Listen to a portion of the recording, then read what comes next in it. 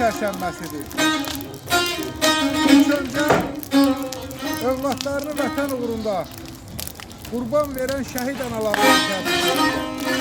Ataları vətən uğrunda şəhid olan şəhid övladlarını təbrik edirəm. Qazi qardaşlarını təbrik edirəm. Müharibə veteranlarını təbrik edirəm. Azərbaycan xalqını təbrik edirəm. Az verirəm ki, inşallah Allah'ın sözleriyle İnşallah komutanları çok az bir müddətdə Roma torpaqlarımızda qalacaq. Türkiye'de olan Azərbaycanlıları, həmimizdə olan Türkiye'de olan Azərbaycanlılarımızı Bahar Bayramı'na təbrik edirəm.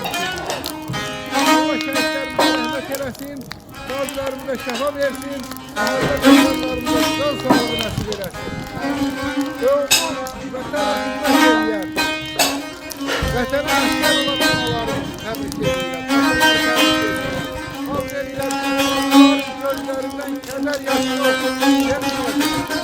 Azərbaycanlı külhüdə, bu zəfəri də qədər yiyən olsun.